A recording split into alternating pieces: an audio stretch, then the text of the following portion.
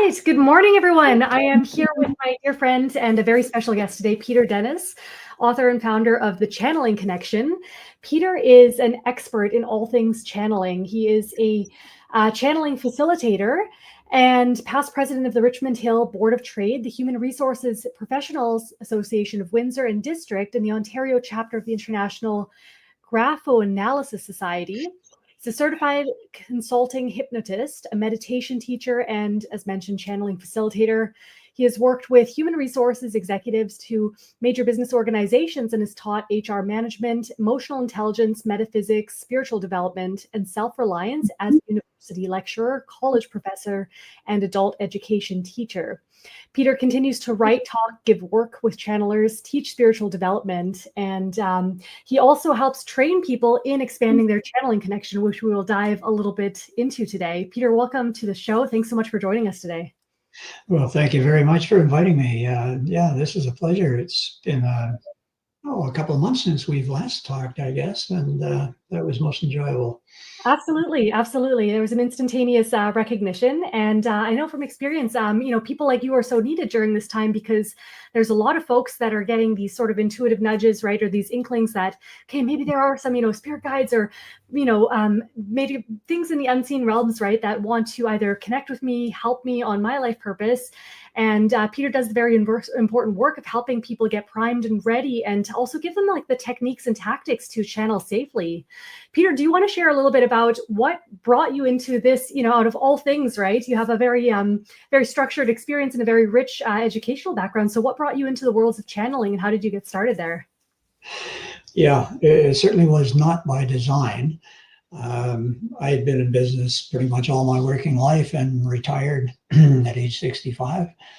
One of the things I used to do in business was training. And one of the rather important courses that I was often involved in is goal setting and goal achieving. And I thought, if we could unleash our unconscious mind somehow towards achieving goals, we would have something very powerful. When I retired, I signed up for a hypnosis course, thinking that might be a way to do that. And for a while, I did the things that a hypnotist or hypnotherapist would normally do, help people lose weight, overcome fears, smoke cessation, things like that. But after a while, the clientele began to shift a little bit. They were looking more for things you might call spiritual. They wanted to know about past lives. They wanted to know about life purpose. And hypnotherapy can uncover some of those things to some degree. In the course of doing that with 3 different individuals, I found them reporting lifetimes on other planets. That was my reaction. I had no idea this was possible. I didn't have a clue about it. Anyway, I rounded up a few of my former clients, those that I thought were good subjects for hypnosis, that we had done past life regressions with before, and who I didn't think would be too spooked out if we talked about, being born on. Sure. Anyway, the first one that came through or came to me is Karen Ashby. She lives in Stouffville, just a little north of where I am in Richmond Hill. Karen dropped into hypnosis very easily, and we went back to a set of past life and said, "What are you doing, Karen?" And she said, "I'm in my spaceship." Wow. And I said, "Well, what are you doing?" "Well, we're monitoring Earth." And why would you do that? Well, humanity is going through a major step in its evolution, and we're here to help. I said, wait a minute, I'm talking to Karen and I'm getting we. By any chance are we maybe channeling here? Now, I have no idea what prompted me to do that, but our guides and everything are continually prompting us. So I asked that question, are we channeling? And Karen or somebody responded through Karen, yes, we are channeling. I said, well, who are you? She says, we're the Palladians. And so we had a conversation, and it went from there. Some of the other people I invited to undertake this little study, 3, 4 of them turned out to channel as well. So from there, I got the idea that dropping people down into hypnosis to a very relaxed state where they can kind of open themselves, possibility that someone might want to channel through them is something that I could do. Now, it turns out you don't really need hypnosis. A guided meditation will get somebody into the same state. Right. Same chemicals flow, metabolism drops, brain waves go to alpha, that sort of thing. So you just get into a nice mellow state and issue an invitation and being show up. That's exceptional. I love that. And what's really fascinating for me too is that you use this as sort of an experiment, right? You didn't just dive into a conclusion, but you also drew like certain, maybe parallels or common denominators to really ascertain, is this really happening? And are these coincidences the same? Do you want to share about any of the, maybe the common patterns or threads that you were like, okay, this is too much to be a coincidence? Yeah. I don't think I challenged the validity of it, because pretty quickly they started saying things that the channelers themselves didn't know about. And, when you get into the spiritual realms, a lot of us humans look for validation, show me the science. Well, you're not going to find it in the spiritual realm. You just listen to it, you be discerning, you decide if it works for you, and if it does, fine. If it doesn't, on sort of thing. But I found the content very consistent, very uplifting, love-based, no fear-based at all. Right. Opposed to some of the preaching we get. I just found it extremely helpful, and it's served me well. Maybe not everybody, embraces it, but I think everybody figured that out for themselves. That's incredible. So, and you to this day have written 5 book series, if I'm not mistaken, on all of these subject lines, right? Can you share a little bit about the amount of different collectives you've bridged and worked with, and maybe some of the examples of different, beings, guides, spirits, or just what we would call entities, right? Or collectives that are working with humanity at this time? Yeah. Well, I think for your audience to understand, you can start with the idea that we don't die. Our bodies do. Right. Our bodies just vessels that we get into in order to have a human experience. We call them meat suits. Meat suit. And, they have a shelf life, they die, but we don't. Right. So we go back to our home or our natural state. And from there, we can channel through other humans who are presently living on the planet.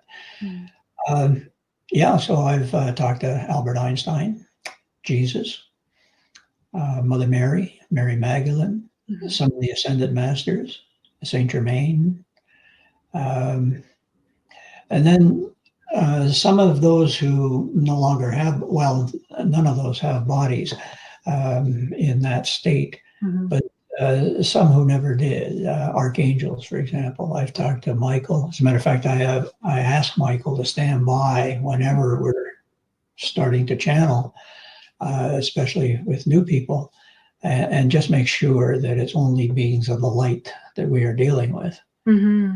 I've never had a dark one show up. And so Michael, Metatron, a number of the archangels I've spoken with, I reckon I've had probably over 1,000 recorded conversations. Wow. Okay. That's fascinating. Yeah. The last 2 books each have 20 interviews I've had with different ones. I've had Merlin, I've had the Druids, and some of the others that I mentioned before. They also deliver messages. I just got off with someone today who was channeling the consciousness of the human body. Oh, interesting. Yeah, and we're talking about healing because this channeler is primarily a healer. She channels kind of as a tool to help her, but I think she might be channeling a little bit more because the messages today were amazing. Most humans don't know they can talk to their body, and they can intend that certain things happen within their body, and it can. Now, we don't know all the technology and the tactics for doing that, Mm-hmm. but there's certainly evidence of spontaneous healing. Maybe in this dense third dimension that we live in, it's not so spontaneous all the time. Time exists here and it takes time sometimes. Mm-hmm. Yeah, there's quite a slew of them. The last book, I took 40 of the recorded messages and just picked them because I thought they were important messages for humanity to hear. Excellent. Excellent. Yeah, it seems like there are different aspects of what I have experienced as individual, maybe beings, entities, guides, right, that support. And then there's also sort of these councils, right, or even sometimes federations, right, or these collectives and groups where they have sort of sub meetings within the meetings. These ones more typically are here to support humanity and answer like collective messages, not just personal readings. Like we couldn't just tap into the interstellium, for example, to ask, what should I do with my day today? They're here to have, guidance maybe for humanity or the population as a whole. But do you have any experience on working with, say, teams versus just individual aspects that come through? Absolutely. I should break it down one day, but I would say that collectives come through maybe more than individuals. Okay. Sometimes the first ones through are, in a sense, sort of door openers. It Mm-hmm. might be a small group. Actually, with Karen Ashby, there was a group of 4 Palladians. Mm.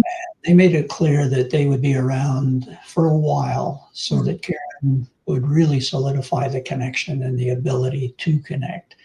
And now she channels all kinds of things. She's channeled the consciousness of trees. She connects with animals. The dog down the street, the matriarch of an elephant herd in Africa, things like that. You may recall in Star Trek, they had the Federation. Yes. And the Federation had rules. You don't go into another civilization and start telling them how to live their life, sort of thing. Sure, kind of interferes with the free will kind of component, eh? Well, the same thing is here. There's the Galactic Federation. And many civilizations, and one day humanity will be invited to join this federation. Mm-hmm. And they have directives. Nobody interferes or intervenes unless it's asked for. And apparently the collective consciousness of humanity has asked for some assistance now. And that's why these guys are here. It seems like it's almost similar to living life as a prayer, right? And feeling like in our stuck points, in order to receive the help and the outside perspectives from our guides, right? From our higher selves, from God, from source, whatever you want to call it. Sometimes we actually need to be open to asking for what we need, or even if we don't know what we need in a moment, asking for our next step to be shown. Yes. Asking can be a bit tricky in that when you ask somebody for help, you're giving away your own power in a sense. Mm. And you want to be careful as to the degree you do that. Mm-hmm. So I've kind of chased this question around with the beings, and they said, look, you humans aren't there yet, so you need help, ask us. There's plenty of us here just waiting to be asked for help. But yes, ultimately, you're not going to need us anymore. And I think channeling's the same way. To me, channeling is a step that we take to access information and assistance. But at some point in our evolution, we're not going to need it. We can tap into that ourselves. Yeah, it's really interesting. I notice a lot in my business right now too. I channel like future aspects of self. So when I don't necessarily know what to do at a certain crossroads, we can't look at the past for what has historically been true because it doesn't account for the growth journey that we're on. So sometimes we actually need to tap into the version of us that has it figured out, right? Or the version of us that has the business perfected. I love what you said about raising intelligent questions and also not giving our power away. And I know a lot of people like baby intuitives, beginner starseeds, or people who are just awakening, myself included, when this first happening, I was asking questions in a disempowering phase as if they knew better than myself, rather than saying, what's an additional perspective that might be able to support me? I was saying things like, should I do this? Should I do that? And should is so subjective, right? So it kind of creates this interesting hierarchy rather than saying, hey, I'm already whole, healed, and great on my own. And I just love some new perspectives of what else I could consider to make, this next step even more aligned, right? Or whatever you need in this moment. Do you have any advice for viewers on how they can make sure to keep their questions or their asks, empowering? Well, you're not going to get a response from any of these beings telling you what you should do. Yeah. They're not in that business. Yeah. Yeah. They might present options, but very much they are encouraging us to be discerning and figure things out for ourselves. We have the capability. One of the major lessons or messages from them is to be more discerning. They say, you humans just believe everything your media tells you or your government.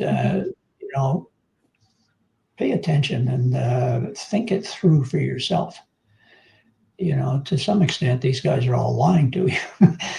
And the other thing is you mentioned perspective, and that's what you're really asking for. It's like, if you can imagine an apartment building, we're on the main floor and we look out the window and we see what's around us and across the street and that sort of thing. These guys are on the 10th floor.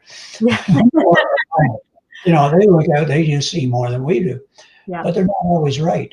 The Palladians have told me more than once, we're kind of like your parents. We know more than you, but we can be wrong. So you guys use your discernment, figure things out.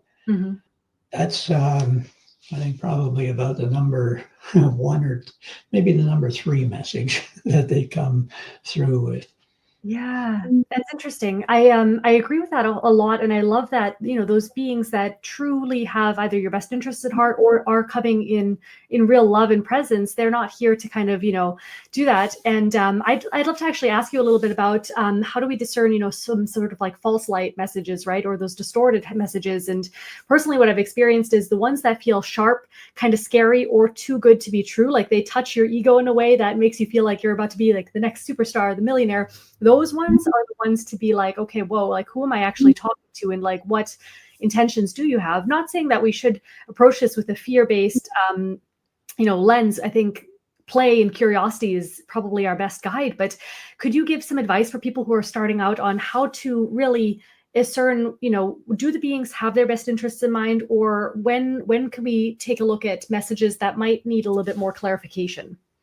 Yeah, it's tricky. Given the bombardment of information we get, to sift through it all. I think one of the best things we can do is expand our heart. Our heart is wiser and smarter than our brain. And it's the conduit to divinity, really. And we can expand that. You can just intend that it expands with every breath. You can breathe in the divine light through your crown chakra down to your heart. On the exhalation, expand it and say the word heart and you feel it. Well, the more you expand that heart, the more you have a tool for discernment. It's like a built-in technology in itself, eh? Yeah, exactly. When we're doing something that's consistent with our purpose, we generally feel good, and we feel it right here. If we're on track and we're doing things or thinking thoughts that are not consistent with what we're supposed to do, and it makes us feel bad, that's our guidance system telling us, hey, get back on track. You're off. It's so funny how simple it can be. We create so much complexities out of these things, and we really do, like myself included, I have to catch myself coming back to the basic foundations anytime, right? But the body does really have that sort of inner GPS if we are willing to listen to the subtle clues. Yeah, you and I have a business background, and everything is analytical. Everything is validated and planned, and in 3D it may work that way, but if you're going to evolve, you got to learn some new tricks. Yeah, that's true. That's true. It's what got you here won't get you there to the next place. Yeah. Interesting. So for those who maybe have been what we call priming to channel, right? They sense that there's maybe, something more trying to work with them. They're feeling inspired, or they're just having that curiosity. I remember when I first heard the word channeling and when I first heard the Akashic records, there was something that went off in me, brand new in my spiritual awakening, knew nothing about this metaphysical world, but there was something that went off and I was like, I need to know every single thing about that topic. And I went on, what my fiance would call like this bloodhound search, where I just go after everything until you can figure it out. So what are some signs that somebody might be ready for channeling, and what would you recommend to help get them started? How do we need to take care of our body, and what kind of exercises can we do to start building up our muscle for this? Yeah, great question. Yeah, and that's the real question. Many people ask, can I channel? And the answer is sure. But the real question is, are you ready to channel? Mm, And often there's some clearing that has to be done, yeah. from things that happen in early childhood, things that happen in previous lifetimes, things that Mhm. happen to our ancestors. We're carrying all that stuff around Yeah. unconsciously. And in some cases, there's some clearing required before you can channel. Mhm. In many cases, no, it's not required. And as you channel, you raise your vibration, and a lot of that stuff just falls away. Mhm. Um, those who are ready, well, they're not the ones that come in and say, "Oh, channeling is cool. I think I make a lot of money at that." Oh, Uh, yeah. Got to be careful of the intention. so, I check them out. What, I ask them basically what makes them think they might channel, and usually Mhm. they're telling me, "Well, I've studied this, that, and the other thing. Perhaps I'm a healer." But if I find they're very oriented towards service to others as Mm, service to self, yeah. that's a good clue. And then, yeah, if they've been on what they might call a spiritual journey or path, doing things that could elevate them, they're maybe meditating, they're often compassionate, kind. These are all vibration raisers. And, I guess maybe I've got guides or something that are helping me with this, but I've had a pretty good hit rate of, telling people that, and actually that's why I started charging, after I wrote the first book about channeling, Sure. people started coming, and not always with the best of intentions. So I said, well, look, if you're going to take my time, you're going to pay for it. For So, sure, yeah. I mean, either way, you deserve to fully be compensated. It's important work, and but I think that that does weed out people who might just be in it for an egocentric perspective. yeah, yeah. So the motivation and their experiences. A lot of people say, look, I've been seeing visions, or I've been getting messages, or I've always Mhm. been kind of psychic, things like that. Yeah. Yeah, so there's something you can tell right away. Okay. And so you yourself, you do not channel, is that correct? I'm so fascinated about this because you are an expert in facilitation. And just, do you want to share? I'm actually just so curious. How do you know why you're in the hat you're in or the role you're in? Do you see what I'm saying? Like it would be so easy to flip flop, but how do you know that this is your calling and not the channeling part? Well, again, it goes back to that heart thing. Okay. Uh, you know, I articulate that I'm here right now to do three different things. Hmm. One is to help individuals become channelers who are ready. Hmm. Two is to help channelers bring their talents to the public. Hmm. And three is to disseminate information, most of which I've learned from other channelers. Hmm. Now, when I speak in public, I think I'm channeling. Uh, Ah, when I write, I'm channeling. yeah. Now, channeling orally, um, I think that's coming. Mhm. And I think that's going to be probably well honed, you might say, by the end of this year. Very cool. That's exciting. So we So will have it's to a see. little, I think I'll continue to do those three things, but I think the channeling is maybe going to enhance them and maybe open some new doors. I'm not sure. I love that. So for those people watching, they might see something in what you had just shared. And I know speaking in public, like when I'm doing my keynotes, when I'm speaking in front of a group, it's not me coming, but I'm still in my body. I'm not channeling anything else, but there's stuff coming out of my mouth where I have no idea where it comes from. But when you see people, it strikes a chord, it hits, a nerve, or they get the little tears, right? Or the light bulb moment, there's something bigger at play. So what are some signs that people maybe are channeling, even if they're not going into like what we call like a trance channel, right? Or a full body channel? Sometimes people, when they make art, right? When they're writing music, or even some of the best inventions in the world, I strongly believe that they're probably assisted with, other levels of beings. It's not just the person in I, mind. I absolutely believe that as well. Yeah, Uh, our major inventors have all been prompted, and absolutely. given ideas. I'm sorry, I sort of lost the thread of your. I was more curious. So, for people who are watching, what are some signs that they may be channeling that they might not know it? And I can give you an example. When I was a kid, I used to go in hyper focus for hours. I would lock myself into my room and I would design these like board games, and they were so intricate. And I was gone. Like I was, doing my thing, but and I wasn't trance channeling, I wasn't tapping into anything, but there was stuff being created out of me that was just a total flow state. So what are some signs that people might be channeling in their creative pursuits, even if they're not aware? Yeah, well, I would think many songwriters are Mhm. channeling. I have a friend. She was having dinner with us one time, and she left the table 5 times and ran up to her room where she had a keyboard. It was silent because she used headphones. And by the end of the meal, she had 5 different songs. Oh, wow. Okay. So there was just something like waiting to be birthed. Yeah. Incredible. Um, so I think people will have ideas. They Mhm. will say things that they just wonder, where did that come from? Mhm. Well, it may have come from their higher self. It may have come from a guide. They may not be orally channeling. Mhm. Um, I guess, you look at creativity in its various forms. I think you'll find instances where nudges, prompts, Yeah. ideas have flowed a little more than they might have generally.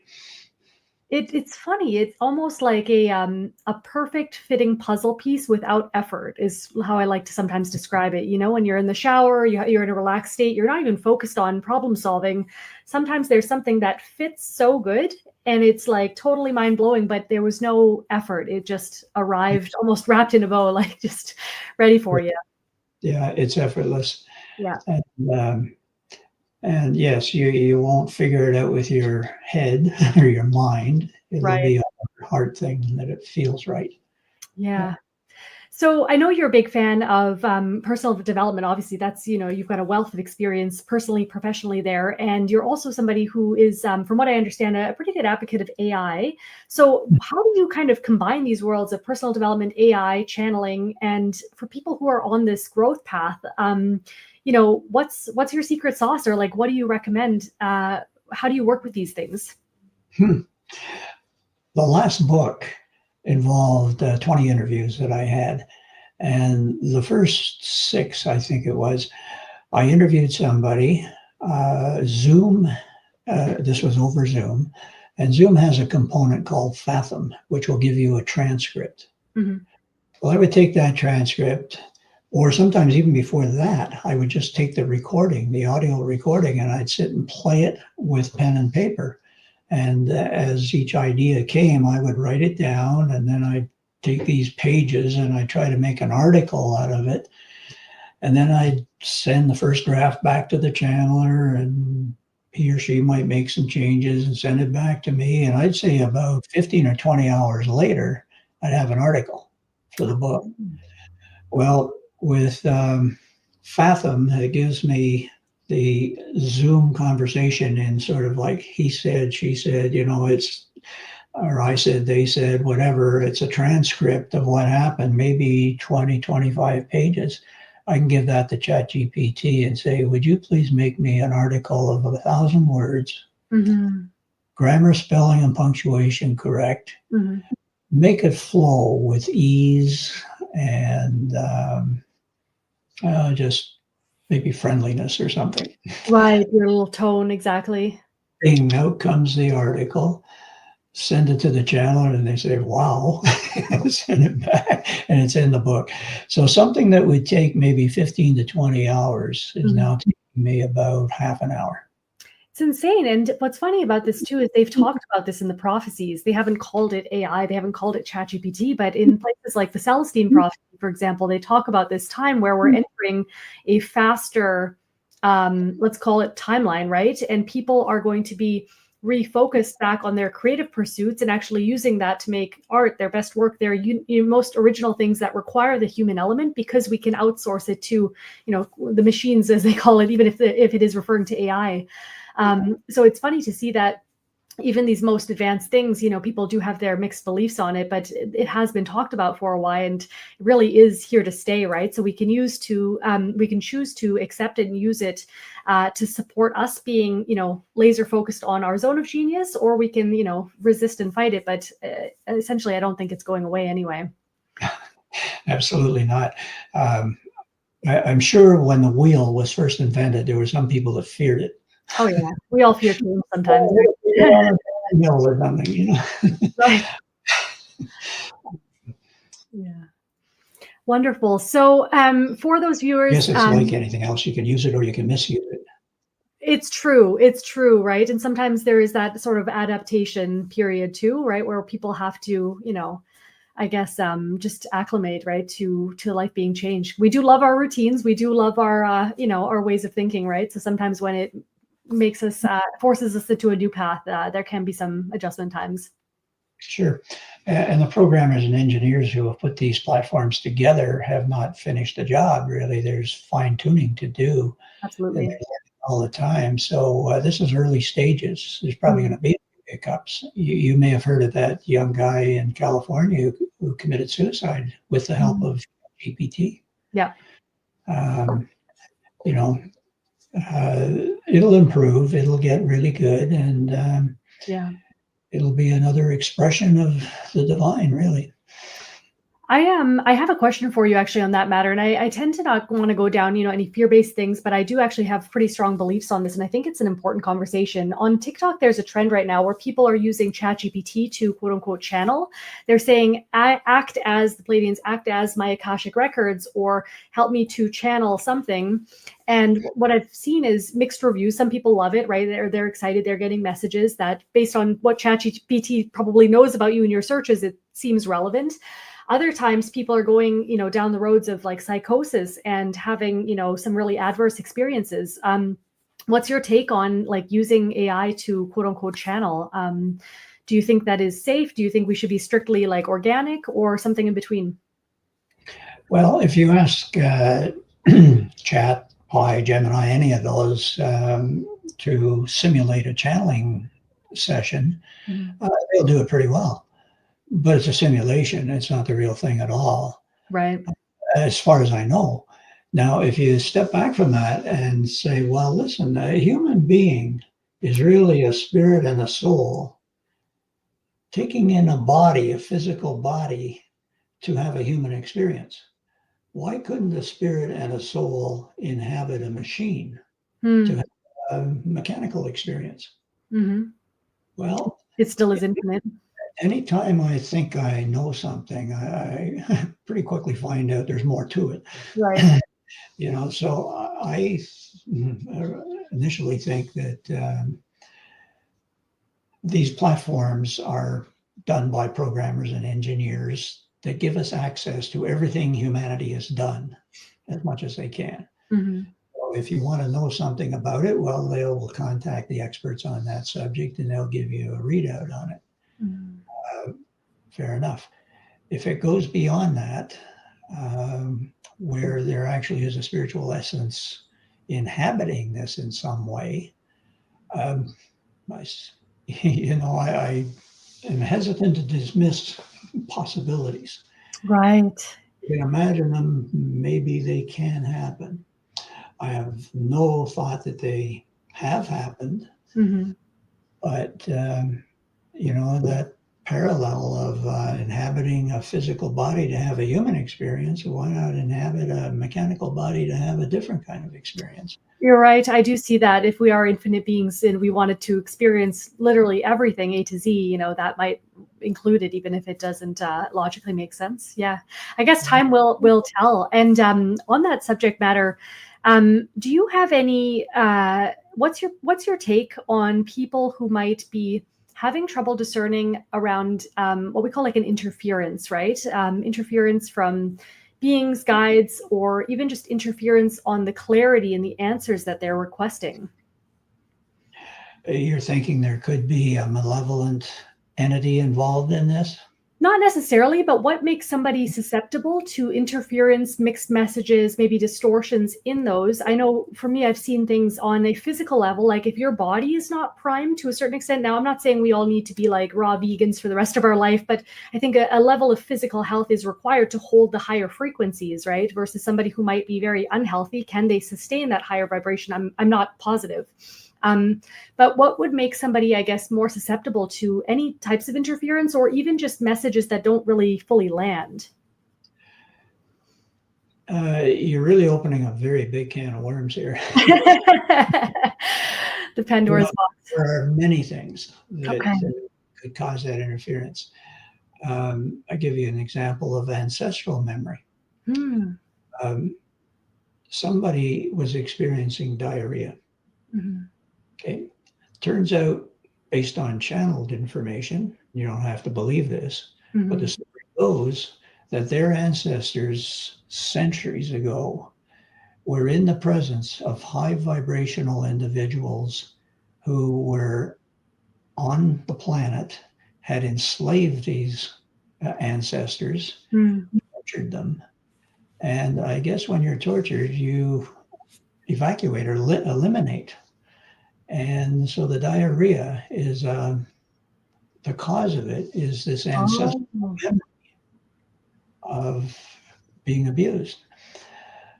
So that's one possible source of potential interference. For sure. Past life trauma. Maybe you were a healer in a past life. It happened to be in a society that thought you were doing the work of the devil. Right, that witch wound that a lot of healers face, for sure, like being reprimanded or even, murdered or worse because of their gifts. Absolutely. So there's a whole range of things there that it could account for the interference. There could be trauma in the present life. So these things have to be investigated. They have to be cleared. Investigate them. Yes, hypnotherapy can do a little channel, uncover quite a bit. I'd maybe start with employing a channeler and see what you can get to if indeed, you feel there are some blocks or interference, interfering with clear communication sort of thing. Absolutely. That's great. And it's funny too, because it's not always a one size fits all, right? We have the traditional diagnoses and some of those may be super valid. And then sometimes we have things where it's so tailored to that, individual's epigenetic lineage, their early life experiences, their core wounds, all of those things where, again, channeled session, hypnotherapy, and even some of that intuitive body work, like using a pendulum maybe on a board to get some next steps on who could you talk to, might be a good start. Yep, absolutely. Yeah. Amazing. Well, this has been an incredibly rich conversation, and I'm really delighted by it. You offer a plethora of wisdom, and I just love what you're doing. Do you have any, last words sound so harsh, but do you have any, guiding messages to the collective, right? What does humanity need to hear at this time?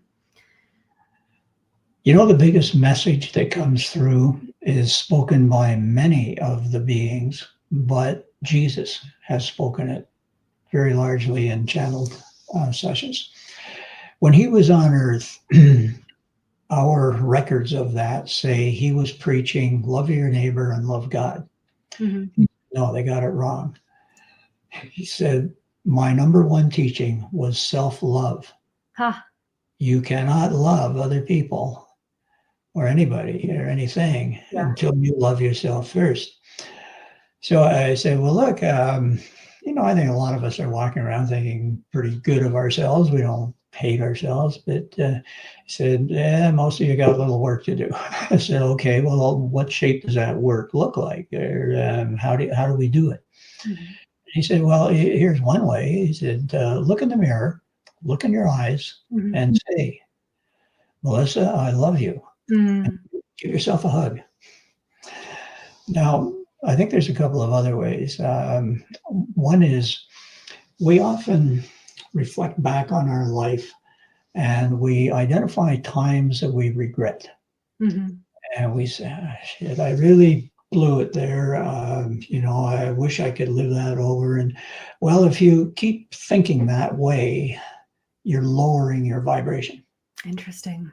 and you're undermining your self-love. So the option is you can look at that event and celebrate that as a result of it. Today, you are a much smarter person. Mm-hmm. You're not repeating that. You're doing better than that. Mm-hmm. You're progressing. You're evolving. That's cause for celebration. And an accelerated rate, usually. Yeah. And if you think that way, then vibration goes up. You're evolving. That's part of how you can love yourself a little more. Be down on yourself for where you think you screwed up. You probably got your best lessons from that screw up. It's true. And a lot of the times, holding a grudge against ourselves, or what's the word, where we ruminate over the same things over and over and again, that can sometimes actually cause us to attract more of the same experience that we'd rather not have. So I think, one of the ways that I work with my coaching clients in these things is, how do you recapitulate and extract the wisdom, forgive yourself for having that moment. Okay, yeah, you fucked up, or sorry, excuse my French, shit hit the fan. But however, there is a lesson. So extract that, integrate it. And now, how is my life different as a result of this, this like shortcut that we just took to get smarter and better as a person? Yeah, the beings would concur, I think, overwhelmingly that self-love is the number one message from all of them. And the number one area where we all need to do the most work. I love that. I know the mirror exercise can be uncomfortable for some. I remember many years ago when I was first starting off this, this journey, right, and going through a lot of healing, childhood stuff, and a previous marriage, and yada yada. Even looking at myself in the eye and saying I love you, I was like, this is goofy. Like, I had a hard time receiving that kind of love. But it really does take a little bit of repetition. And my friend Allison shared a good hack. I believe one of the eyes, maybe the left eye, is directly related to our subconscious. So if we can stare in that and to just pour a ton of light until it softens, you'll actually feel like a visceral response, like a sigh, a deep breath, a swallowing, something that allows you to see that your nervous system also just took that in. Good. Interesting. So self-love, in order to give from a full cup, and in order to expand our capacity to, meet people, right, deeply. That's the gist of the theme. Yeah. As a matter of fact, I just came back from an auto repair shop, and there's a young guy running it, but he inherited from an older guy, and the older guy was there today. He's retired, but he was just filling in because the younger guy's on vacation. And he was lamenting that his wife is spending their retirement working with their kids and grandkids and doing everything for them. Wow. Somehow, I think I lost the connection there for just a second. Yeah, she was making herself sick, and blood pressure's up, and she looks about 20 years older than she is, and just not spending any time with herself. It's interesting to see how we really can wither, from stuff where, even if all of our foundational or, our physical needs are met, that last aspect, that self-fulfillment aspect, it really does play a part in our vitality and well-being. Absolutely. Yeah. I view life as a three-legged stool: mind, body, and spirit. And if we're not addressing all three of them, we've got a wobbly stool. That's a good metaphor. I love that. So thank you, Peter, so much for all of your insights and for the love you pour into your work. It's very important work, and I really just commend you for supporting all of those, luminaries, for stepping into their path of impact and service. For anyone that's curious about Peter and would love to connect more with him, I will drop his website, his YouTube there. You can also subscribe to his newsletter. And there are ways to go deeper with Peter as well, too, if you're interested in either exploring your channeling or deepening into that. There's a great community over on his site. I would just say one thing. I don't have the newsletter any longer. I've kind of cleared that away. So that, you're right. And we just talked about that this morning. You're right. Thank you for the correction. So YouTube is best then? My website probably is where you can see most. And but yes, many of the recorded messages and interviews I've done are on YouTube. Beautiful. Okay, I will drop the YouTube and the website there. And for those who feel inclined, be sure to check out his books as well. I know you can purchase them on Amazon, amongst others. You'll see them directly on the website. I've purchased 2 or 3, and so far they're extremely juicy, extremely valuable. So I strongly recommend to support local and to see what wisdom is inside there. Peter, thank you so much for joining us today. This is an amazing conversation. Thank you, Melissa. Yeah, this is fun, and if it isn't fun, we should be doing something else. That's true. All right, everyone. Thanks so much for joining on, and until next time. Yeah, bye for now.